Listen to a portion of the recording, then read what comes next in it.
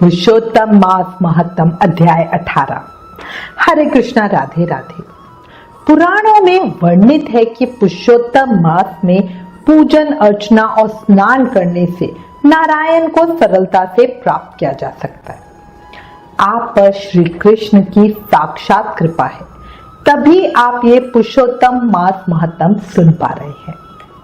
इस कृपा को और बढ़ाओ और ज्यादा से ज्यादा शुभ कर्म, भक्ति और नाम जाप करो। अब गणेश जी महाराज और अपने गुरुदेव को याद करते हुए पुरुषोत्तम मास महत्तम का अध्याय 18 सुनते हैं। मंगलकारी देव तुम, मंगल करो गणेश, जगवंदन तुम रे करे, काटो सबके कलेश। बोलो गणेश जी महाराज की जय। गुरु मन में बैठत सदा, गुरु है भ्रम का काल, गुरु अवगुण को मेटता, मिटे सभी भ्रम जाल। बोलो गुरुदेव महाराज की जय। कल हमने पुरुषोत्तम मास महत्तम के अध्याय 17 में सुदेव ब्राह्मण के पुत्र की मृत्यु का करुण वृत्तांत सुना। अब आगे नारद जी बोले, हे तपोनिधि। उसके बाद साक्षात भगवान वाल्मीकि मुनि ने राजा धृंधनवा को क्या कहा, सो सब बात मुझे कहिए। भगवान श्री नारायण बोले, वो राजश्री धृंधनवा अपने पूर्व जन्म का वृतांत सुनकर आश्चर्य करता हुआ मुनि शेष वाल्मीकि मुनि से पूछते हुए बोला, हे ब्राह्मण, आपके नवीन नवीन सुंदर अमृत के समान वचनों को बारंबार पान कर भी मैं तृप्त नहीं हुआ, इसलिए पुनः उसके बाद का वृतांत कहिए। वाल्मीकि मुनि बोले, हे राजन, वो ब्राह्मण सुदेव जिस समय पुत्र शोक में विलाप कर रहा था, उस समय 10 दिशाओं में भीषण गर्जन करते हुए घने बादल छा गए और पर्वतों को कांपती हुई भयानक हवाएं चलने लगी। मेघ गर्जना से दिशाएं कांपने लगी। 1 मास तक निरंतर वर्षा की झड़ी लगी रही और धरती पर पानी ही पानी हो गया। परंतु पुत्र शोक की अग्नि से तपे हुए उस ब्राह्मण को कुछ भी मालूम ना हुआ। ना उसने पानी पिया, ना भोजन किया, केवल हे पुत्र इस प्रकार कहकर विलाप करता रहा। इस प्रकार निराहार रहकर प्रभु का ध्यान और पुत्र का विलाप करते हुए उसका पूरा महीना बीत गया। वो मास भगवान श्री कृष्ण का परम प्रिय पुरुषोत्तम मास था। वो महीना सो अनजाने में ही भगवान के स्मरण और कीर्तन करते रहने से पुरुषोत्तम मास का व्रत और सेवा हो गई। उस पुरुषोत्तम मास के सेवन से अत्यंत प्रसन्न नूतन मेघ के समान श्यामवर्ण वनमाला से भूषित श्री कृष्ण भगवान स्वयं उस ब्राह्मण के सामने प्रकट हो गए। जगत के नाथ हरि भगवान के प्रकट होने पर मेघ बरसना बंद हो गए। बाद में उस ब्राह्मण ने पुरुषोत्तम श्री कृष्ण चंद्र भगवान को देखा। भगवान पुरुषोत्तम के दर्शन करके गोद से मृत पुत्र को धरती पर रखकर पति पत्नी खड़े हो गए और भगवान को दंडवत प्रणाम किया। भगवान को दंडवत प्रणाम करने के बाद ब्राह्मण सुदेव ने हाथ जोड़कर भगवान श्री कृष्ण से कहा, हे प्रभु, आप ही हमारा एकमात्र सहारा और आधार है। मैं पुत्र की असमय मृत्यु के कारण शोक अग्नि में जल रहा हूँ। आप मेरी इस शोक से रक्षा कीजिए। अनजाने में ही पुरुषोत्तम मास के सेवन से प्रसन्न होकर भगवान अमृतवाणी से बोले, हे सुदेव, तुम धन्य हो। इस समय आप भाग्यवान हो। तुम्हारे भाग्य के वर्णन करने में त्रिलोक्य में कौन सामर्थ है। हे वत्स, हे तपोधन, जो कुछ होने वाला है अब वो सुनो, मैं कहता हूँ। हे ब्राह्मण, तेरे इस पुत्र की 12,000 वर्ष की आयु होगी। इसके बाद तुमको पुत्र से होने वाले सुख में संदेह नहीं है। हे द्विजात्मा, प्रसन्न मन से मैंने ये पुत्र तुमको दिया है। हमारे प्रसाद से होने वाले तुम्हारे पुत्र सुख को देखकर हे द्विजात्मा, देवता, गंधर्व और मनुष्य लोग पुत्र सुख की इच्छा करने वाले होंगे। इस विषय में तुमसे प्राचीन इतिहास कहता हूं, सुनो।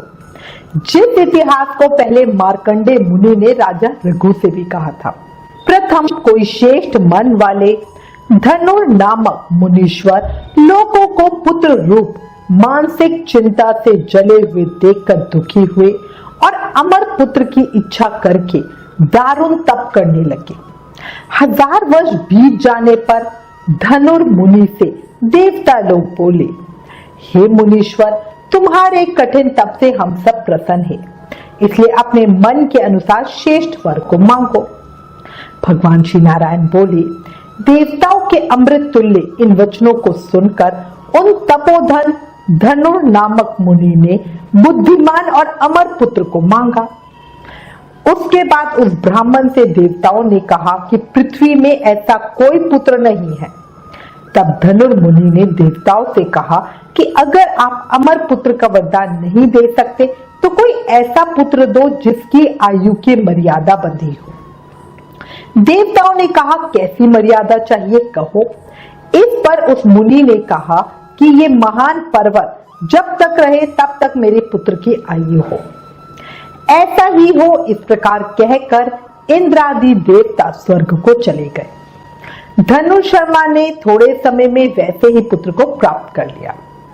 उस मुनि का पुत्र आकाश में चंद्र के समान बढ़ने लगा। 16 वर्ष के होने पर मुनीश्वर ने पुत्र से कहा, हे वत्स, ये मुनि लोग कभी भी अपमान करने योग्य नहीं है। इस तरह शिक्षा देने पर भी उस पुत्र ने मुनियों का अनादर किया। आयु की मर्यादा के बल से उन्मत्त उसने ब्राह्मणों का अपमान किया। किसी समय परम क्रोधी महेश नामक मुनि ने विधि से शुभ फल देने वाले शालग्राम शिला का पूजन किया। उसी समय वो बालक ने वहां पर आकर शालग्राम की शिला को जल्दी से लेकर अपनी चंचलता के कारण हंसते हुए पूर्ण जल वाले कूप में छोड़ दिया। बाद में क्रोध से युक्त दूसरे काल रुद्र के समान महेश मुनि ने उस धनुर मुनि के पुत्र को श्राप दिया कि यह अभी मर जाए, परंतु उसे मृत होते ना देखकर मन में मृत्यु के कारण का ध्यान किया। देवताओं ने इस धनुर मुनि के पुत्र को निमित आयु वाला बनाया है। इस तरह चिंता करते हुए महेश मुनि ने लंबी सांस ली, जिससे कई कोटि महिष पैदा हो गए और उन महिषों ने उस पर्वत को टुकड़े टुकड़े कर दिया। उसी समय धनुर्मुनि का अत्यंत दुर्मुद लड़का मर गया। धनुर्मुनि ने अत्यंत दुख से बार बार विलाप किया। उसके बाद अनेक प्रकार से विलाप कर पुत्र के शरीर को लेकर पुत्र के दुख से अत्यंत पीड़ित हो चिता की अग्नि में प्रवेश किया। इस प्रकार हठ से पुत्र प्राप्त करने वाले कहीं भी सुख को नहीं पाते हैं। हे तपोधन, गरुण जी ने ये जो पुत्र दिया है, इससे संसार में तुम प्रशंसनीय पुत्रवान होगे। हे नग, मैंने प्रसन्न होकर पुरुषोत्तम के महत्तम से इस पुत्र को चिरायु किया है। ये तुमको सुख देने वाला हो। पुत्र के साथ सर्वदा गृहस्थ आश्रम के सुख को भोगने के बाद तुम ब्रह्मलोक को जाओगे। वहां उत्तम सुख 1000 वर्षों तक भोगकर पृथ्वी पर आओगे। हे द्विजोत्तम, यहाँ तुम चक्रवर्ती राजा होगे। वृंधन्वा नाम से प्रसिद्ध तथा सेना सवारी से युक्त हो 10,000 वर्ष पर्यंत पृथ्वी के राजा का सुख भोगोगे। इंद्र के पद से अधिक अखंड बल और ऐश्वर्य होगा। उस समय ये गौतमी स्त्री ही तुम्हारी पटरानी होगी। ये नित्य पति सेवा में तत्पर और गुण सुंदरी नाम वाली होगी। राजनीति विशारद तुमको 4 पुत्र होंगे और सुंदर मुख वाली महाभागा सुशीला नाम की कन्या होगी। हे महाभाग, सुरों और असुरों को दुर्लभ संसार के सुखों को भोगकर इस पृथ्वी में हमने सब कुछ किया।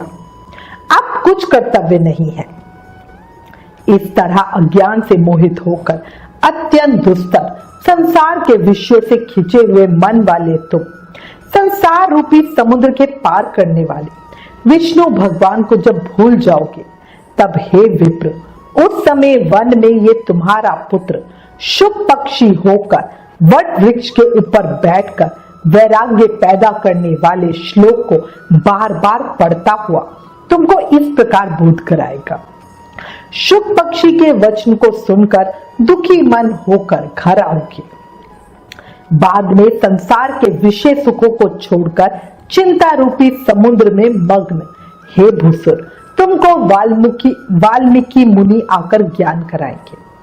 उनके वचन से निसंदेह हो शरीर को छोड़कर हरि भगवान के पद को तुम दोनों स्त्री पुरुष जाओगे, जो कि पद आवागमन से रहित कहा गया है। इतना कहकर श्री नारायण कुछ रुके, फिर पुनः बोले, हे नारद, भगवान के इतना कहने पर वो ब्राह्मण पुत्र जीवित होकर उठ बैठा। वो दोनों स्त्री पुरुष ब्राह्मण पुत्र को उठा हुआ देखकर अत्यंत आनंदित हो गए। सब देवता लोग भी संतुष्ट होकर पुष्पों की वर्षा करने लगे। शुकदेव ने भी श्रीहरि को और माता पिता को प्रणाम किया। उस ब्राह्मण को पुत्र के साथ देखकर गरुण जी भी बहुत प्रसन्न हुए। उस समय ब्राह्मण आश्चर्य युक्त होकर श्री हरि भगवान को नमस्कार कर हाथ जोड़कर गदगद वाणी से अपने मन में पैदा हुए संशय काटने के लिए भगवान से पूछने लगा, हे हरि, मैंने 4000 वर्ष तक लगातार अत्यंत दुष्कर तप किया। उस समय मेरे को आपने यहाँ आकर जो कठोर वचन कहे थे कि हे वत्स, हमने अच्छी तरह देख लिया, इस समय तुमको निश्चय पुत्र नहीं है। हे हरि, उस वचन का उल्लंघन कर मेरे मृत पुत्र को जीवित करने का क्या कारण है, सो आप कहिए। पुरुषोत्तम मास महत्तम अध्याय 18 समाप्तम। कल पुरुषोत्तम मास महत्तम के अध्याय 19 में आगे की कथा सुनेंगे। पर देखो, इस अध्याय से ये स्पष्ट है कि सिर्फ एक पुरुषोत्तम अनजाने में किए हुए पुरुषोत्तम मास के सेवन से ही उनको जो पुत्र रत्न था वो प्राप्त हो गया, वरना पहले कितनी तपस्या की तब भी नहीं मिल रहा था। समझो बात को, कर्मों से ही पहचान होती है इंसान की दुनिया में, वरना अच्छे कपड़े तो बेजान पुतलों को भी पहनाए जाते हैं दुकानों में। इसलिए कर्मों पर ध्यान दो और शुभ कर्म करने के लिए ये पुरुषोत्तम मास से ज्यादा फल देने वाला कुछ भी नहीं है। इसका अभी भी समय है, उपयोग कर लो। एक और बात, जीवन क्षण भंगुर है, अभी है और अभी नहीं। ये मत विचार करना कि अगला मास, अगला पुरुषोत्तम आएगा तब मैं करूंगी। 3 साल किसी ने नहीं देखे। जब हमें अगली घड़ी का नहीं पता कि क्या हो जाए, तो क्यों ना अभी इस शरीर का उपयोग करके अच्छे कर्म करके हमें आवागमन के चक्र से मुक्ति पाले। और इसका सबसे सरल रास्ता है नाम जाप करना। याद रखो, कलयुग केवल नाम आधारा। सिर्फ नाम जाप करके भक्ति, प्रेम, मुक्ति, शक्ति सब पाया जा सकता है। इसलिए प्रेम से, मन से, भाव से हर समय, हर पल, हर सांस के साथ जाप करते रहो। हरे कृष्ण कृष्ण कृष्ण हरे हरे, हरे Ram Ram Ram Hare Hare. Please in videos को ज्यादा से ज्यादा शेयर करके अपने शास्त्रों का ज्यादा से ज्यादा प्रचार करो, ये भी एक सेवा है। Please like, share and subscribe. Thank you. Hare Krishna.